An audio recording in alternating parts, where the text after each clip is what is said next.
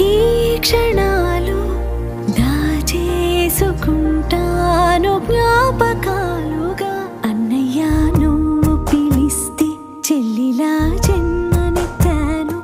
హాయి హాయిగాను నవ్వితే ఎంత ఎంత మురిసిపోతాను. అన్నయ్య నువ్వు తలిస్తే కళ్ళ ముందు వాలిపోతాను. నువ్వు పంచిన ప్రేమకెప్పుడు రుణపడిపో